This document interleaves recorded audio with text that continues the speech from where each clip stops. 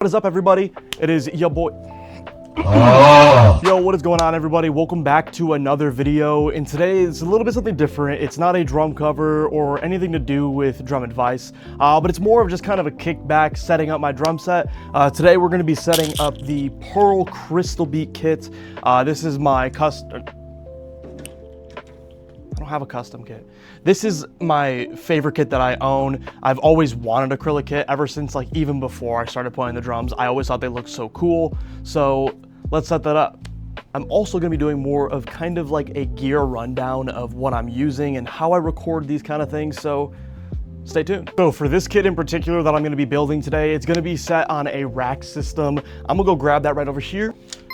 So this bad boy, this rack right here is the Gibraltar. I'm not exactly familiar on what model this is, but it's a Gibraltar rack. I've been using it for about 3 years now. It's done me no harm. Everyone says the Pearl ones are better, and I want to get one. That is just breaking the bank. And why change something that's not broken? Am I right? So let's get this in the right position here. I do have everything already taped off because I've had this kit set up prior.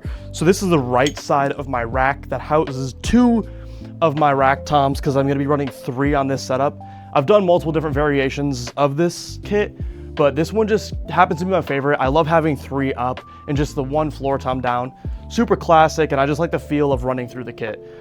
So this is the positioning for this. I'll be moving it around a little bit more later on, but for right now, it's good right there. And also another great thing about this rack, and everyone says weight means quality, but with something like this is a rack that I've brought to many shows that I've played before, and it's super lightweight. Like, the fact that I'm carrying it just like this is pretty insane. Some racks that I felt are just super heavy, so we're just gonna install this right here. It's just as easy as putting it right in. You'll feel the click, little micro adjustments, but just like that, we have the rack set up. And honestly, I don't take any of the little mount clips off, whatever they're called. I don't take any of these off, nor do I take off my tom arms because I'm lazy, and it's super easy. Just take off the 4 pieces, put them in a bag, take them out of the bag, and it's just like super easy. So I mean, I rock the rack. It's super convenient, and I think it just looks cool. And yeah, so we're gonna move on to the cymbal stands next. We're gonna get those kind of positioned, and everything always ends up moving anyway here, but I'm just gonna get them in the right positions. So just in case anybody cares, for those out there who do, I'm running 2 DW 5000 cymbal stands, 3 Pearl cymbal stands. I don't know the model. They were just kind of in like a bundle set that I got from Facebook Marketplace. You know, tight budget kind of stuff. And then a PDP, one of the worst cymbal stands there are. It's just super cheap. It doesn't tighten. Cymbals going all over the place, but I don't care. And then as far as the snare stand goes, I'm not picky. It's nothing crazy. It's just, again, DW 3000. Nothing wrong with that. And then for my hi-hat stand is as well DW 3000. It's just the way to go. Yeah, everything I got is just on the Guitar Center used page. So, I mean, it's honestly the best bang for your buck. And while we're talking about hardware, I'm going to be using the Axis A longboards for this setup. I'm trying to get more into playing a little bit faster stuff and just bringing my overall foot speed up. So the direct drive on these is really going to help me with that. I've used these for 4 years until I got into a little band of mine that plays only like 80s rock stuff. So, I mean, it'll be a little bit of a change, dipping my toes in some hot water here, but we'll see how it goes.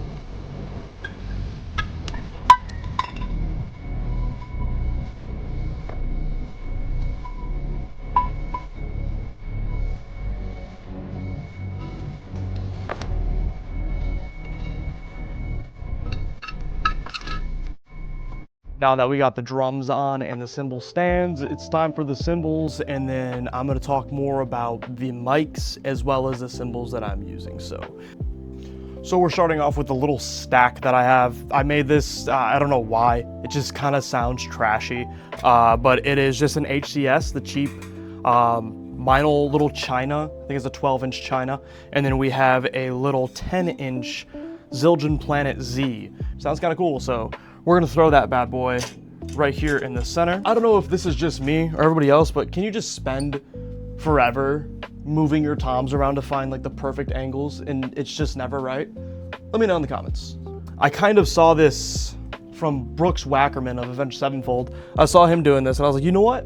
It's kind of cool. So I tried it out and, you know, I just really liked it, especially having it so close to the toms to kind of do some cool stuff with. So throw that bad boy right there. Enough with that. Second China. This China never gets touched because it is a Sabian. I'm not a big fan of Sabians, but I'm just gonna put it on there. I don't care. Should put that right here. No cymbal sleeve, no nothing. Cause for our little crash on our, we'll say right side, I'm just gonna do a Classic Customs Dark Edition. It's a 16-inch dark crash. We're gonna throw this right over here on my right side. Because, you know, sometimes you need to break up. You can't even see me over here. Sometimes you need to break up those things. So pop that bad boy right over there. And all my cymbal sleeves are going bad, so I need to replace those, or I'm gonna have more keyholing. Save that bad boy, it's a little trash. We're gonna save that for later. Now this China is like the holy grail.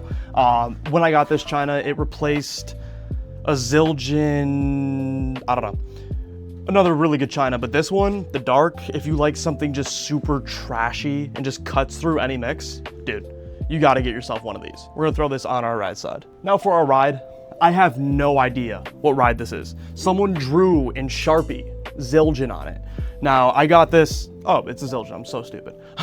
I got this just randomly at some antique shop. I was like, yo, and it sounds super dry. You could tell it's pretty old, and the bell is pretty good. So no need to ever replace this. It just kind of looks bad. So we'll throw this over here. I only have one ride cymbal because I have not unlocked double ride quite yet. Don't have enough XP, so throw this bad boy right over here. And again, everything's gonna be getting adjusted because obviously I don't want my ride cymbal above my third tom. That's just stupid. And I like my ride super low because a lot of the stuff that I'm gonna be playing, I don't really want to ride super high. You can't even see me over here. I look like a little goober under this light. Now, I mentioned a little bit earlier on about cymbal sleeves and keyholing. Now, it's a big issue because you get things like this. I don't know if you guys can really see what's going on in there, but it's all cracked down from the hole, and there's nothing you can really do about that. So we're gonna use it anyway. The tone is still decent on it. Didn't sacrifice too much, but the life left right here, just not much. So I don't really hit much on my left side. It's kind of just as an auxiliary hit. So I'm just gonna set this over here on my left side because I'm usually riding with my right. And this kind of fracturing can also happen from having your nuts too tight. So make sure we have it nice and loose so the cymbal can actually kind of just swang and dangle. Enough of that. We got a little Classic Custom Splash. This is gonna be going right over by my hi-hat. Again, just another thing to add to fills, and we're just gonna throw that bad boy right here. Also, if you don't have already quick release nuts, dude, get you some quick release nuts, sitting there unscrewing like little goober and having it fly everywhere. Just so unpractical. Get you some quick release. It's like 12 bucks on Amazon. Next, we have a dark Classic Custom. You're kind of seeing a trend here. I became a fan of the Classic Customs. They're cheap and they're honestly like pretty good quality. I mean, when it comes to live play and like recording sessions, you don't really tell a difference between this $130 cymbal as opposed to something like a Byzance that's like $500 for a single cymbal. None of that kind of stuff. So we're just gonna throw this right over here on the right side because I ride a lot on my right side, and you could tell right here I had to repair the cymbal. I was hitting way too hard. And just going against the edge, I didn't have my cymbal angled down enough. So that's definitely something to look at when you're setting up your own drums, is looking at the angles in which you have your cymbals, as well as the tightness of your nuts. And again, the quick releases, even if they're too tight, they'll just slide up a little bit if they need to. So get you some of those. But now we're gonna adjust all these cymbals and we're gonna go on to the mics and recording.